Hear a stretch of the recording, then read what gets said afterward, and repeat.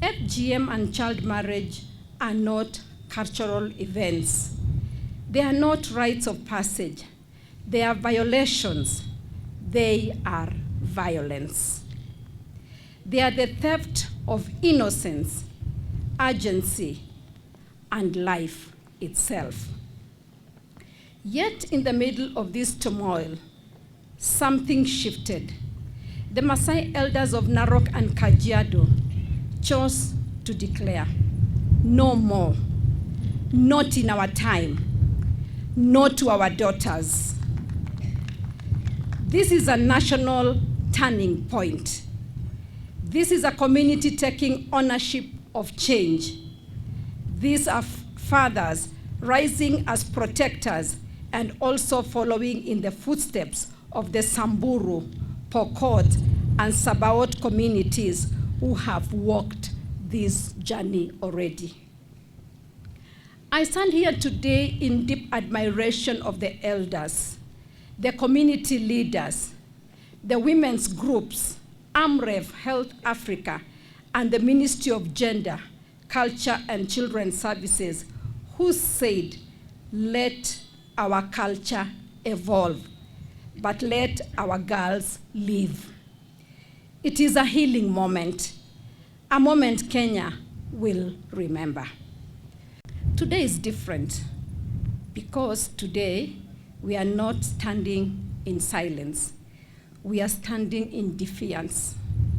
Today, we are not mourning circles of harm. We are rewriting a future of hope.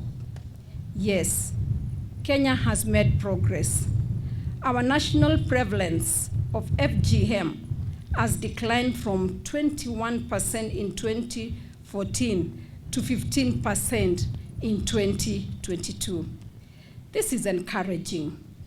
This is commendable, but this is not enough. The Ministry of Gender, Culture, and Children's Services, through the Anti-FGM Board, remains a critical institution in this effort. I wish to commend the board for initiating the review of the Prohibition of FGM Act 2011 to ensure the act is strengthened, responsive, and more enforceable.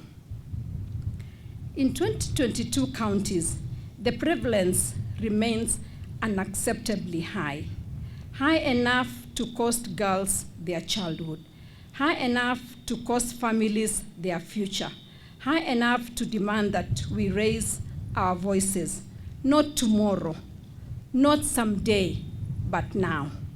Let today be remembered as the day Kenya said, no more scars, no more silence, no more stolen childhoods. The day we choose our daughters, the day we protected our destiny, the day we stood together and refused to sit down. We send forth a message to every village, every valley, every home in Kenya. The time has come. Let our daughters grow up uncut, unhurt, and unafraid. Let culture be a crown, not a chain. Let fathers, mothers, elders, administration, religious leaders, and youth unite in one solemn vow that never again shall a girl's worth be measured by a blade. Just like the winds of Suswa, which never stop moving, may this declaration echo beyond these hills and plains. Thank you, Ashe Oleng. May God bless every girl in Kenya. May God bless our mothers. May God bless our republic. I now declare the national 16 days campaign against gender-based violence and the My Dear Daughter campaign to end FGM in Kenya officially launched.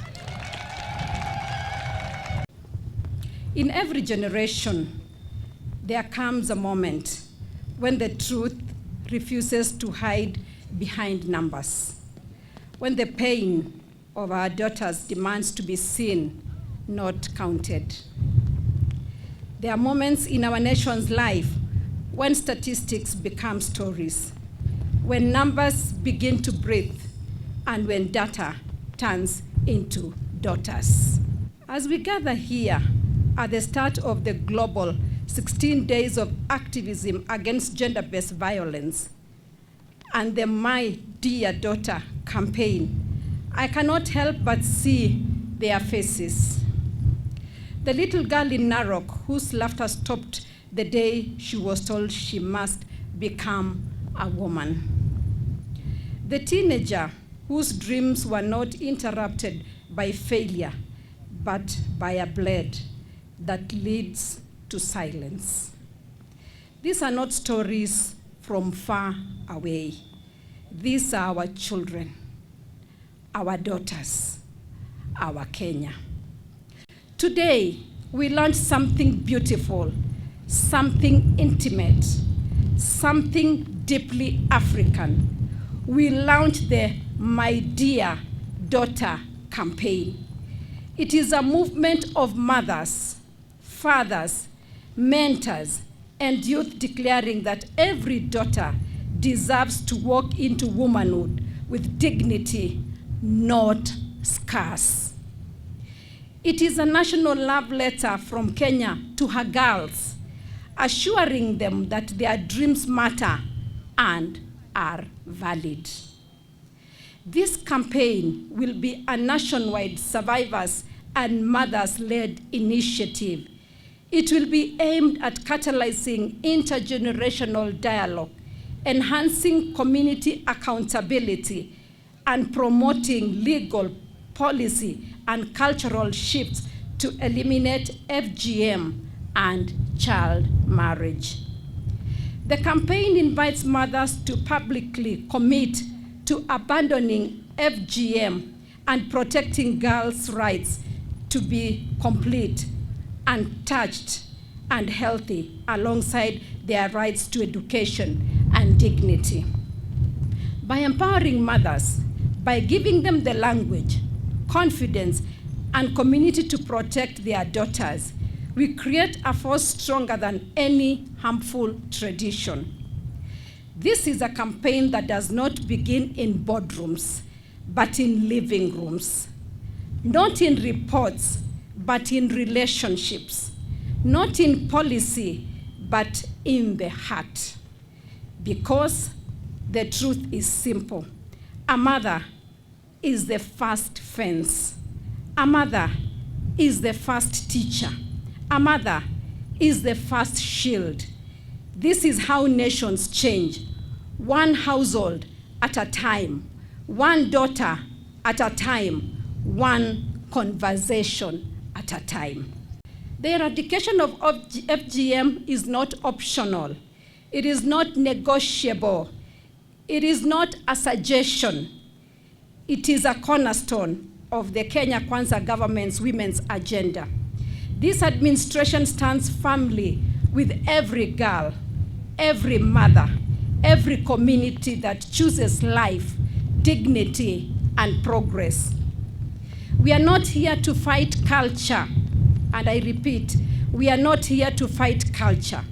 We are here to advocate for safety, eradicate fear, and end silence. And we will not stop until FGM and child marriage become stories our grandchildren read about, not realities they live through.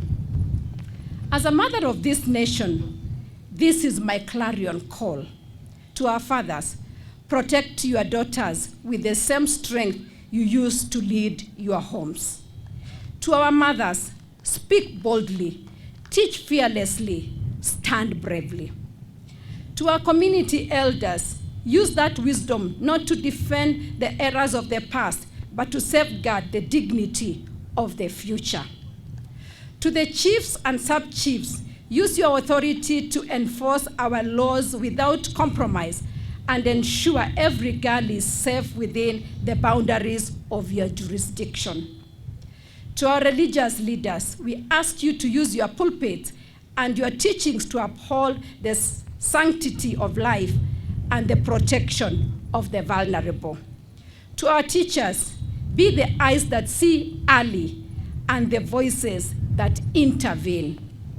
To our partners and civil society, work with us and support this mission. So our young people, use your creativity, your voice, your art, and your platforms to say no to violence, no to mutilation, no to the theft of childhoods. The future belongs to you, but so does the responsibility to make it better. Let your generation be the one that ends FGM completely, not because the law demands it, but because your conscience does. If our daughters could hear us today, what do we want them to know? That their bodies are sacred, that their dreams matter, that their lives belong to them, not to culture, not to pressure, not to fear, that they are the future and that Kenya will protect them.